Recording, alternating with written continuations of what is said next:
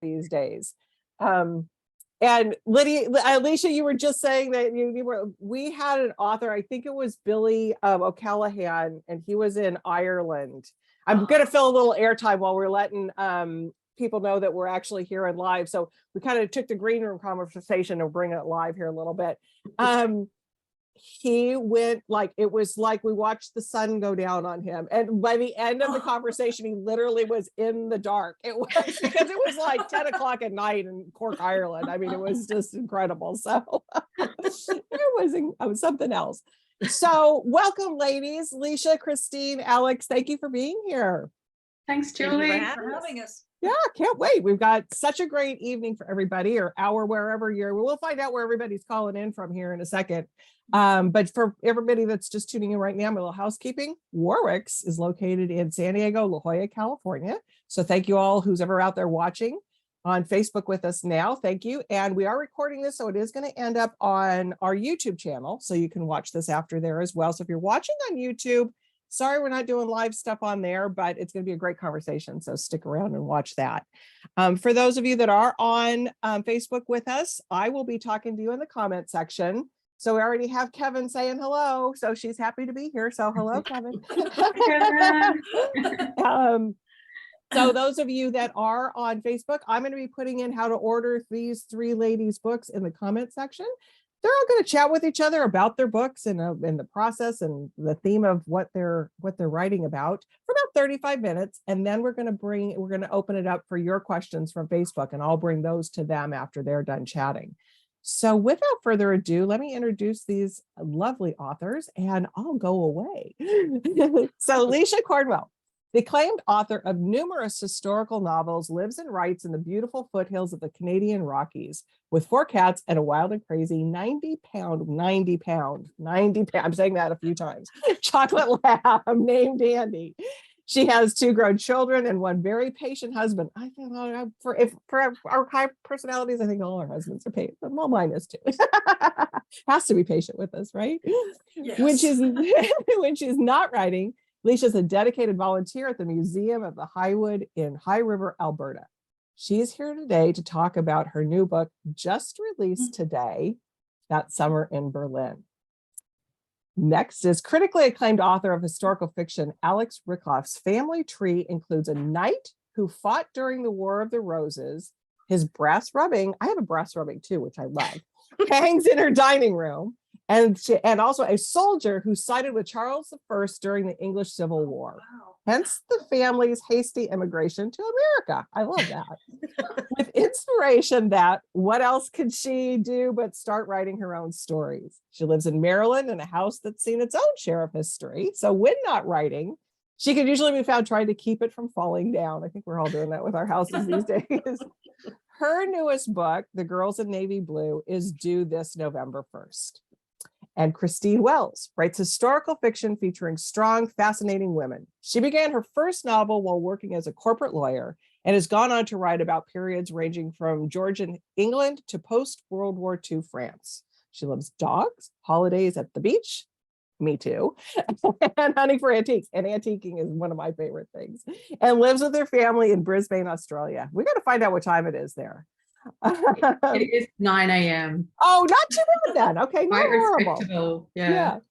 Her newest book, One Woman's War, a novel of the real Miss Moneypenny, was out last week. Ladies, have a great conversation, and we will see you in about a half hour or so.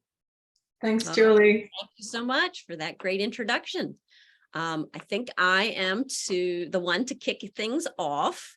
So I'm going to start by asking Lecia a question since it's her release day. We agreed that the common theme that runs through our historical novels is strong, clever women in a man's world. So I want you to tell us about That Summer in Berlin and how your story deals with that theme.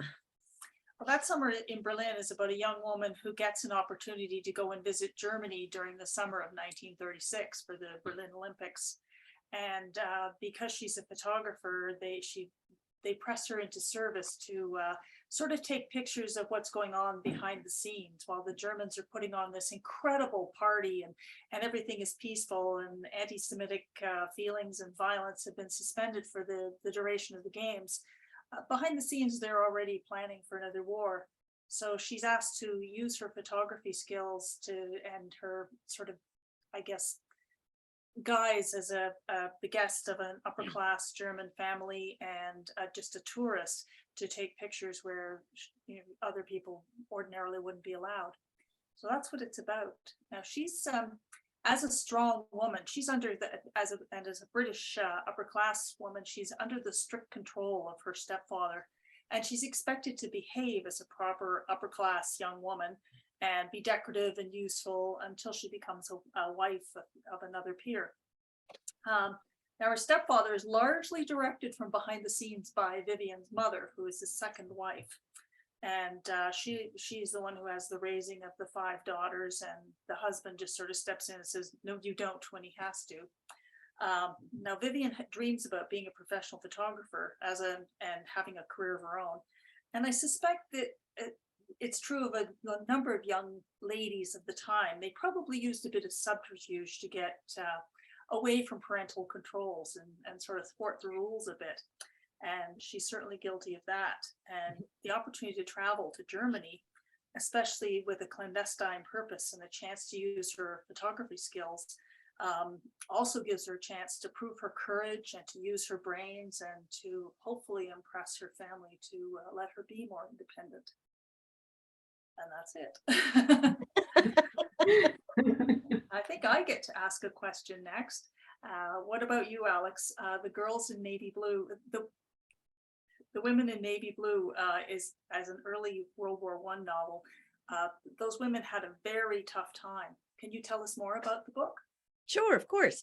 The Girls in Navy Blue is based around the true story of World War I, of the U.S. Navy's World War I yeomanettes. These were the first class of women who were actually allowed to enlist in the U.S. military in a non-nursing role. So they were, they enlisted as yeomen, which were basically clerks. So most of them took jobs as secretaries, switchboard, radio operators, let's see, all sorts of things like that. But they were also very heavily involved in supply. There were mechanics, drivers, chauffeurs, messengers. There were even some that took on roles in military intelligence. They were used as deciphering codes. They were camouflage designers. So they did all sorts of things. And yes, they were definitely, it took a loophole basically to allow them to even enlist. The Secretary of the Navy realized that he needed the extra manpower, or woman power as it was, and found a loophole in the Naval Act of 1916 that allowed these women to enlist. So not everyone was happy about this. Obviously, misogyny pretty much ruled the day, and they had to fight both family unhappiness and anger and disappointment, as well as sort of the fellow sailors that they were working with. So there were men who obviously felt like they were being replaced, many for dangerous sea duty, which was not necessarily what they wanted to be doing in the middle of a war. There were cartoons in a lot of the newspapers of the time depicting them as sort of being scared of mice, or, powdering their noses instead of doing their work, and things that sort of showed them in a bad light. And actually one retired Navy officer wrote a scathing editorial to the Washington Post when he heard about this. And I have to quote it because it's just too good. He said, "First, the women wanted to vote. Then Alice Roosevelt started them smoking cigarettes. Now they're talking about being soldiers. Next thing, they'll be cutting off their hair and wearing pants." So he was really not for it. And it was such a good quote. I actually had to use a variation of it in the book. So I do give it to one of my less accommodating officers. So, but by the end of the war, it was good. A lot of the sailors had come around, a lot of the officers had come around. They saw that these women were capable, that they did the job as well, if not better than a lot of the men, and more efficiently. So yeah, I think their war work really contributed to a change in attitude among not only the military, but America at large. You get the sense too, don't you, that women of that era were smart enough to be professionals themselves or what have you. So having a woman of that caliber working for you as a secretary, I'm sure a lot of men actually relied very heavily on the talents of these women who never got the status that the men had, but actually probably did a lot of the same work. I would imagine that your main character probably had that problem. Yes, that segues nicely, doesn't it? That did. How did we do that? I'm not Yeah. So my main character is Victoire Paddy Bennett. Her nickname was Paddy. And she was quite young when World War II broke out. She was about 19 or so. And she had been educated at the Sorbonne in Paris and then went home to London to do her bit. So she was working as a nurse when she was recruited to British naval intelligence. And for those of you who aren't aware, because MI5 and MI6 are the ones who always get the glory, naval intelligence was actually a lot more developed before World War II than the other services. So this was where a lot of the Bletchley Park transcripts were feeding through to be analysed, all of the intelligence coming through, because they were intercepted. The Navy were the ones who were intercepting all of these signals. So a lot of the intelligence came from the Navy and a lot of the operations were being governed by the Navy. And so Paddy went to work for 7 officers in a place called Room 39, which was the Directorate of Naval Intelligence. And she worked directly for Ian Fleming, who turned out later to be the James Bond author. So the question is always, did Ian Fleming really, was he really James Bond? And no, he wasn't. He was actually more valuable member of the team in a way, because he oversaw, as the right-hand man of the Admiral, who was the Director of Naval Intelligence, he oversaw a lot of operations and he liaised between different services to get things done. And basically he just sort of railroaded things through or diplomatically worked behind the scenes to get stuff done. But so Paddy goes to work for him. Paddy is this redoubtable young woman. I mean, even at that stage, I think she was just extraordinary. When she retired, she had to leave because she got married later on. They said that she was ruining the war effort by leaving because they couldn't do without her.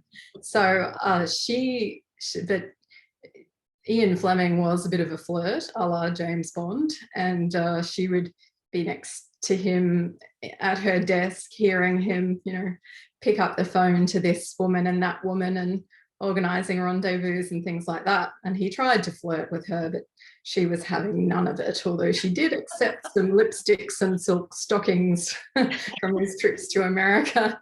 So I think I portrayed Paddy as just no-nonsense, deflecting male chauvinism quite easily and with aplomb, and just pitying them because they didn't realise that she didn't need to be mansplained. She understood everything perfectly well the first time. So that's Paddy. Now, Lecia, it's my turn to ask you a question. And I've got it written down here. It's really long. I'll just I wrote it, but I thought, I didn't think that I'd have to actually say this off. So That's why we're writers, right? Yeah. So, not very professional, everybody, but Lecia, you write so vividly about Germany, and this is my question, because reading that, it was just that feeling that there's this beauty in nature, and the Germans are great hikers and lovers of nature, and then you've got this ugly Yes. underside of the Nazi regime. And we know a lot about the Jews and the Holocaust and how they were treated, but perhaps we know a little bit less about the role of women in the Nazi regime. So can you talk a bit about what they were supposed to be doing? Sure. Women in Nazi Germany were largely expected to be traditional wives and mothers, and they were there to raise strong Aryan children for the glory of the Reich, for future army officers and soldiers and more mothers. Now, the two women that I can think of that played really important roles that I came across, Magda Goebbels was the wife of Joseph Goebbels, who was the propaganda minister. And she was a glamorous socialite, and she was basically served as Hitler's first lady and hostess when he needed one. But she was also the model mother, and had, I can't remember how many children she had, but yes, she was, and I got the idea from, she had a direct line to Hitler because she was so important to him. So she sort of, would put suggestions into his ear and sort of control what her husband was doing. So I think that probably all the Nazi wives had sort of a subtle influence on the top Nazis of the time. And the other woman I found very fascinating was Lenny Riefenstahl, who was a female director. And she was asked by Hitler to make a movie about the Olympics after she was very successful with her movie of the Nuremberg Rally. And if you think of any pictures you've seen of the Nuremberg Rally, it's probably from her film. Now, in a time when both the movie industry and the Nazis were incredibly anti-feminist, she was sort of given carte blanche to do whatever she wanted. She had a huge budget. She was independent of Goebbels, who controlled all the movies and media and everything else. And she took a whole year to sort of develop her own methods of doing, of taking sports photography and special equipment and new lenses and new film. And she was just so, she sort of took over the whole Olympics. She dug pits in the fields, and she had things hanging over these athletes, and she was constantly in the way. But this film that she created, it took her 2 years to edit it, but it became one of the most, it's still one of the most important films of the 20th century. Now, Lenny herself wasn't a particularly nice person. And she lived to be over 100, and she never admitted to being a Nazi or to doing anything wrong. So she had quite an ego. Yeah, they were probably the two most influential women that I found, that I came across. And they were very regressive, weren't they? They wanted women generally to stay in the home and make babies and. No makeup, no short skirts, nothing like that. I mean, you had to be a very traditional female to make them happy. So those two women, despite being, sort of in the inner circle, really sort of broke free of that expectation in a way that most others couldn't or didn't. Yeah, but they still all gave birth to as many children as they possibly could. It's awful. I mean, they had to drop out of university if they were university women, and they were quite content to do that. Many of them, they were so indoctrinated into this regime. So it's really quite scary, the power that they had to sort of control people and control people's minds. So yeah, I found that absolutely fascinating. Now I get to ask. You get to ask me something, I think. Turn. Okay. It's on the next page, I think. I know. It's our professionalism coming through here. We're authors. That's why we're writers, because we're not talkers. Well, and it sort of segues neatly, because I'm looking at it. Yeah. Just ask yourself, Alex. Well, I was just thinking it segues nicely was you were talking about indoctrination and sort of the power of those people with political influence. And part of what, and I know we had talked about two of the themes, my main themes, or things that I come into my book very in a big way, are both the pandemic, or the Spanish flu influenza epidemic of 1918, and then the ethnic prejudice that was going on at the time during the First World War, which wasn't all just, wasn't just in America. Obviously, there was a lot of it going on in the UK as well, but for my intents and purposes, it was happening here. But those are both things, as I was writing, were very much things that were happening at the same time. And so the indoctrination thing I was thinking about was sort of the ethnic prejudice, the people firing up the masses against a group, which obviously was happening in your book that summer in Berlin, but was also happening behind the scenes in The Girls in Navy Blue against the Germans. After the sinking of the Lusitania and a lot of German attacks on merchant shipping, the American attitude toward Germany, which had been pretty neutral up to then, really sort of went super south. And so a lot of people, influential people in politics, people who wanted sort of that social influence, media influence. Obviously, there wasn't television or radio at the time so much, but these were people who went around from lecture hall to lecture hall and gave talks, or anything to fire these people up towards all this anti-German rhetoric. Even Teddy Roosevelt kind of got in on the action just a tiny bit. And then, and so all these things were swirling around, and they were swirling around as I was writing about it. We had the COVID-19. I wrote the book in the middle of the pandemic. So as my characters were dealing with things like masking, closures of theaters and dance halls and restaurants and bus lines, so were we. There was definitely, there was a huge shortage of medical personnel, and hospitals were being overrun. And, coffins were stacked up at train stations and outside hospitals. And so it was all very immediate because these were things that were going on in the news as I was writing them. So it was almost cathartic to be able to sort of put my thoughts in the heads of my characters a bit. It let me sort of work through some of my own questions and concerns about it's just sort of that idea of being, kind of that's more so than has ever happened in any of my other books. Obviously, there, I haven't had to deal with things that were sort of staring me in the face as I was writing them. A little sad that 100 years on, we're still dealing with both issues, and they're still popping up in the news on a daily basis. So hopefully in another 100 years, things are a little better off.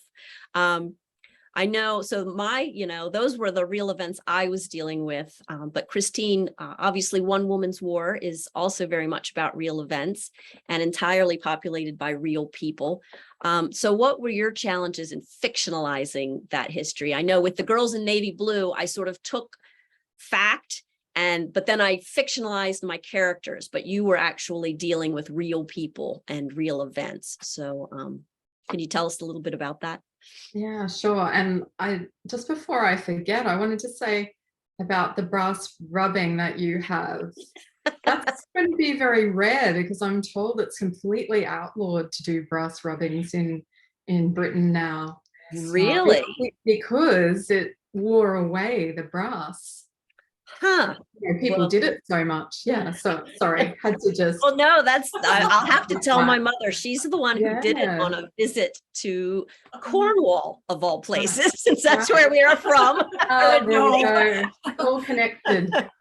So I'll let her Yeah. know that it's a good thing she managed it when she had the chance, because we wouldn't have or Sir John downstairs on our wall if she hadn't.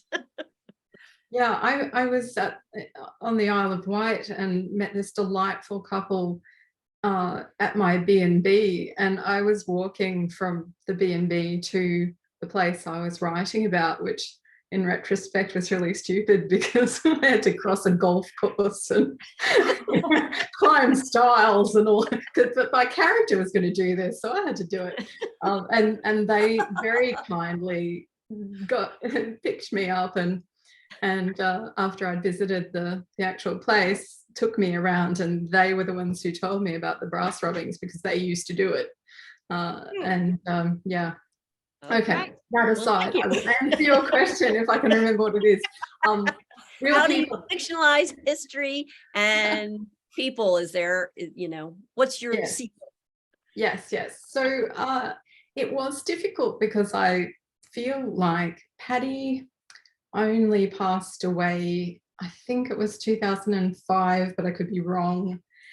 So you are conscious that there are family still around. I think there was, I just loved her as a character, so I hope there's nothing objectionable about it. I did pry into her personal life a bit more than she would have liked, I suppose. But yeah, the real challenge was fictionalizing, because Paddy became involved in Operation Mincemeat, which you might have seen the movie or read about it before. It was this plan to float a dead body of a supposed Royal Marine off the coast of Spain. Eventually, the Germans would have access to the papers that he carried with him, because the Spanish were hand in glove with German spies. They were everywhere, and they deliberately put him where they knew a very competent German spy was active. And so he had, this Royal Marine was a corpse. They had just an itinerant. It's very sad, really, but they had taken him from the morgue and dressed him up and given him a legend. And it was so important to them that he seemed like a real person that they actually had Paddy go around and pretend to be his girlfriend and go to all of the places that he had evidence that he'd been, like movies and things, and collect ticket stubs and stuff. And all of this would be found on his person. But the challenge of it was that once they had dressed him up and sent him off from London, there was no antagonist on the spot, or no, everything, all the action happened off in Spain and Germany. So I introduced another character who was also a real person, and who was an Austrian double agent. And so she carries that part of the story, and we see more of what goes on behind the scenes, purely because for a novel, you really need that you can't have people receiving phone calls or telegrams all the time telling them what's going on. So Friedel Gärtner is a bit of a mixed bag. I think she's quite opaque, and we're never sure which way she's actually going to go, because before the war she was recruited by the Nazis, and then she was recruited by the British to give the Nazis false information. So yeah, I'll leave you to see what happens to Friedel. But I like saying Friedel. Now I have to ask, obviously Operation Mincemeat, the movie, came out a few months ago. Have you seen it? And what did you think? Sorry, this is a bonus question. I'm slipping in. Yeah, no, that's fine. Yes, I have seen it. I thought I love Colin. I always love Colin Firth, and I think they did a marvelous job. They had the same challenge as I did, and also created those same similar storylines to fill in those gaps. So I sort of felt vindicated in a way. Although they made Jean, they ignored Paddy completely, which I was a bit indignant about, and they collapsed her character into the character of Jean Leslie, whose photograph was used as the little, keepsake that the Royal Marine would be found with. And they made her twice the age that Jean was, because she was going to be a love interest for Colin Firth, who's in his 60s. And I guess they thought that was a bridge too far. But yes, I was disappointed, but also a bit relieved that they did leave out Paddy, because I've got something fresh then, because I was a bit dismayed when I found out that it was coming out. I thought, it was, the last movie was made in the 50s. What are the odds? But Ben McIntyre had written a marvelous, I love his books, marvelous book about Operation Mincemeat, and a lot of his books are becoming adapted, and I think that's the key there. So yeah, good movie. Good. Well, I'm glad you liked it and it didn't steal your thunder. I must tell you that I really appreciated having read your book, because I got a question today in an interview. What was German architecture like in 1936? And I was thinking about the building that Friedel goes into when she's questioned by the Gestapo, and how they said it was, huge and imposing and designed to intimidate people.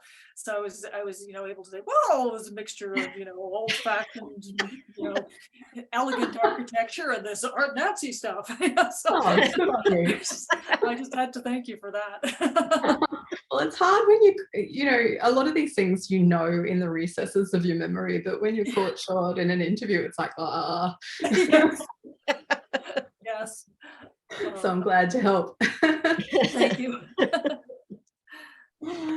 So what was the most, I'm going to ask the next question because I missed the last one.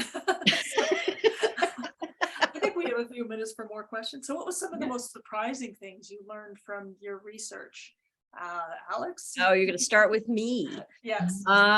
Sure. Well, actually, it's something that doesn't even appear in the book. So I don't know if that counts, but that's good. But it was the most surprising thing. So actually, as I was saying, Secretary of the Navy at the time was Josephus Daniels, and he was sort of the mastermind behind admitting women into the military.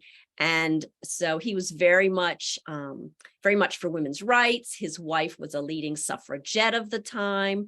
And I initially thought, oh, this is, this great progressive guy, he's, a hero, a champion of women, everywhere. And maybe he was to an extent. And then later, as I was digging deeper into, I don't even remember how I found it. I went one of those rabbit holes that we fall down, but it turns out he was from North Carolina. So he was from the South. And he was a member of the Ku Klux Klan. And he was actually, turns out that he was a leader in the Wilmington insurrection of 1898, which neither of you may know because you're not here in America, but that was basically a coup, Wilmington, North Carolina. It was during Reconstruction, and they basically overthrew this group of white men, basically overthrew the elected government and chased them out of the city, including a lot of the Black leaders of the time. Mm-hmm. And so here was this man who, on the one hand, was doing this good work for women's rights, and on the other hand was really kind of horrible in so many other ways. So it sort of made me, I don't know, that was the most interesting thing I found. It sort of, the idea of, I guess he becomes a whole person at that point, but less of a person than I had first imagined him to be. That's And how very about you, Christine? disappointing. Isn't it? Oh, Alicia, you go first. I'm still thinking about. Oh, okay. You go first. Well, Yeah, yeah, I you was go. I was researching an article. This doesn't appear in my book either, but at the beginning of the at the opening ceremonies, they're talking about peace and brotherhood and bringing the youth of the world together for sport. And then at the end of the war in 1945, one of the secretaries of the German Olympic organization, he was asked to address a bunch of young Hitler youth who were sort of herded into the stadium. And he said, okay, in the spirit of the Olympics, you're going to go out and you're going to fight the Russians because they're invading our country. And, these kids were sort of trapped in there and forced to do this. And a lot of them died. And I just thought it was so poignant going from, this peaceful celebration to this horrible, twisted thing of representation of what the Olympics were about. So that was, I think, the most chilling thing I found. Oh, that is absolutely, that was right at the end of when they were down to the young people. And there's a very poignant scene in Kelly Rimmer's recent book, The German Wife, about that too. Yeah. Sad. I mean, you sort of wish they didn't get the Olympics, don't you? Yes. It was such a good PR move for them. It was. Hitler didn't initially want it, but they said, no, it's good for us. So he bought right into it. So. He had some smart people advising him. Well, on a bit of a more frivolous note, I just thought of something. Keep the mood lightened. Sorry, change the mood.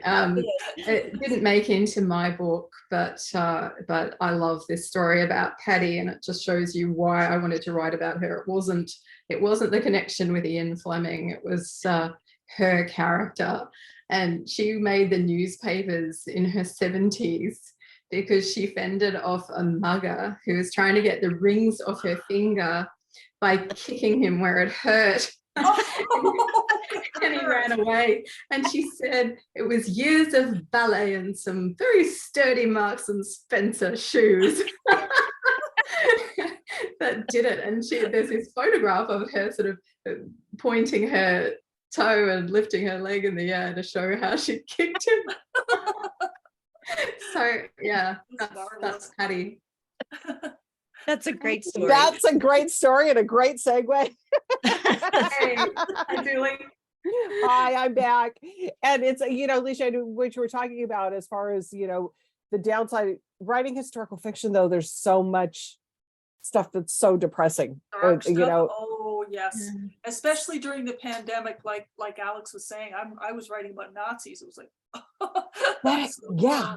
It's, and especially, there's so much talk about mental health during the pandemic and people coming out of the pandemic. And so, and you all being mired down in those kind of history, it just has to take care of yourselves. It's like you need the light stories like yours, Christine. Yeah, I'm a bit on the light side there. Exactly. Okay, well, I've tried to tease everybody on the on Facebook, so on what there's a potential of winning. So get those questions in there. But I have a question that we're going to talk about in the green room, and at least I'm going to start with you on this one. It's like, so since it's your release day and you kind of got this party together here, how do you all know each other? What's the connection between the three of you? We are very fortunate to be agency sisters. We share the same agent, Kevin Lyon, and we have a wonderful group of Kevin's authors on Facebook, and we call ourselves the Lionesses. So we are all Lionesses, and I must say that we are a very close and absolutely supportive group. And even though I've never met I don't think any of these ladies in person, they're my best friends in the whole world. I just love every one of them. Well, that's the beauty, because it seems to be more authors are connecting in groups. You know, there's the Friends in Fiction Yes. group that's on Facebook, and we have a group of ladies here in San Diego that if you know, there's a national group that they kind of, whoever's in whatever city, they come to their event, but then there's a group here in San Diego because you all are, and I think Lecia, you were saying this too. It's like you're all, and then we're all like, come entertain us. Yeah, you've been introverted, and now we want you to entertain us all. But it's so solitary what you do. So to have a community of women and writers that you trust. Yes, Um, it's essential as a writer. Nobody gets writers like other writers. Right. And when you spend so much time listening to the voices in your head, it's nice to talk to Yeah. somebody else. right. Well, and the fact that you're with the Yeah. same agency also is a really good thing, because it just, like I said, that level of trust has to come in too. And I think that kind of is a good part of that. Okay, so I know it's release day for you. I know your book's not even out yet, and I know yours came out last week. But this is a question everybody always asks: what are you working on now? So, Alix, your book's not out till November, right? Correct. So let's start with you, since yours isn't even out yet. Okay, sure. The Girls in Navy Blue comes out November 1st. So hopefully you'll all be looking for it in a couple weeks. But what I am deep in the weeds on right now is it's called The Last Light Over Oslo. And it's based around the story of Daisy Harriman, who was the US ambassador to Norway during the German invasion. So up to then, Norway had been neutral. They had assumed they were going to remain neutral. So she was sort of caught up in the surprise of an invasion and went on to, she was sort of following the government across country as battles were going on around her. And she ended up, if any of you watched Atlantic Crossing, she has a very small role in that. She ends up helping Crown Princess Martha and her children escape to America. So that is what I'm working on now. So I'm sort of working on a story based around that time from the German invasion to her leaving for America with the Crown Princess. Okay, so how did you find her? Actually, I was one of those people who tuned into PBS to watch Atlantic Crossing when it came out. And there is, I think she's only in maybe 2 scenes, but there's a scene where she's sort of warning the princess, kind of, things are getting a little dicey. But so I didn't know who she was. It's just this older woman who has sort of a walk-on scene. She maybe says 2 or 3 sentences and she leaves. And I thought, well, who is that? And so, like I Googled her and I suddenly realized, oh, this woman, and she was an amazing woman. She was a socialite. She came from a very influential New York family. They had a lot of money, a lot of wealth. I mean, she was hanging out with JP Morgans and Vanderbilts.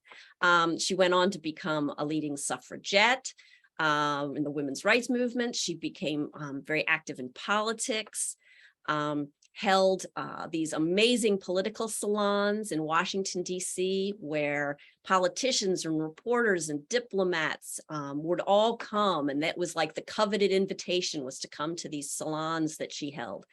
And so then she became the ambassador. She was named by FDR to be the ambassador to Norway. And I think at the time, this was 1937, I think at the time he thought, oh, well, it's kind of a backwater, nothing's really happening. Nothing's going to happen there. Exactly, nothing's going to happen. It's a safe spot, to put We'll her. send this nice little, nice little socialite. We'll send this Exactly. little We'll socialite. send this little old lady there and everything will be fine. And then, of course, she finds herself sort of inadvertently on the front line and Wow. really, Oh, yeah, that sounds and fantastic. steps up. I know. Sounds like quite a rich character. Really a rich character. She's been amazing and so much fun to research. So I bet. Okay, Christine, your book just came out a couple weeks last week, but what are you in the middle of now? Well, I'm expecting revisions any on the Royal Windsor Orphan, which is about this time a fictional protagonist who I'm being told my internet connection's unstable, sorry. She's fictional, her name's Cleo, and she grows up at the famous Shepherd's Hotel in Cairo in Egypt. But she comes to believe that she is a legitimate child of Edward VIII, who abdicated the throne and became the Duke of Windsor, married Simpson, and this notorious courtesan from Paris called Marguerite. Well, by then she's Princess Marguerite Farmy.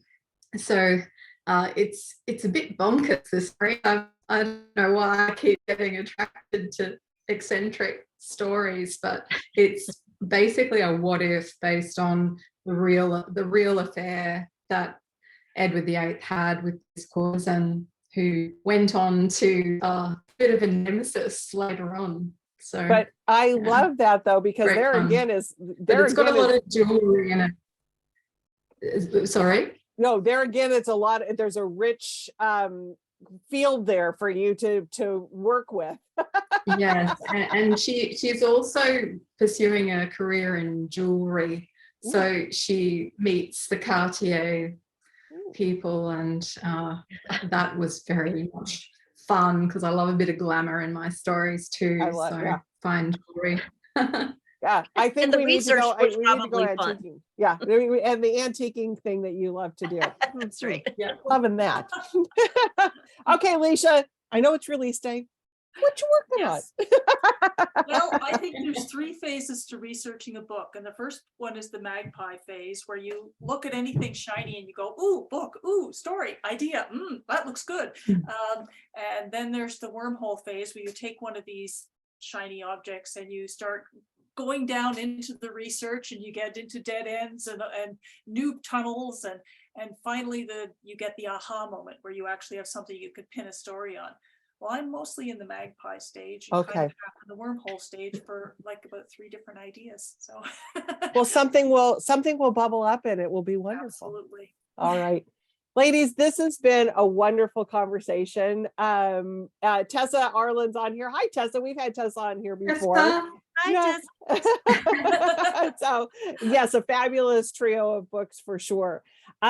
Just real quick, I'm going to go around the room one more time just to give people either your favorite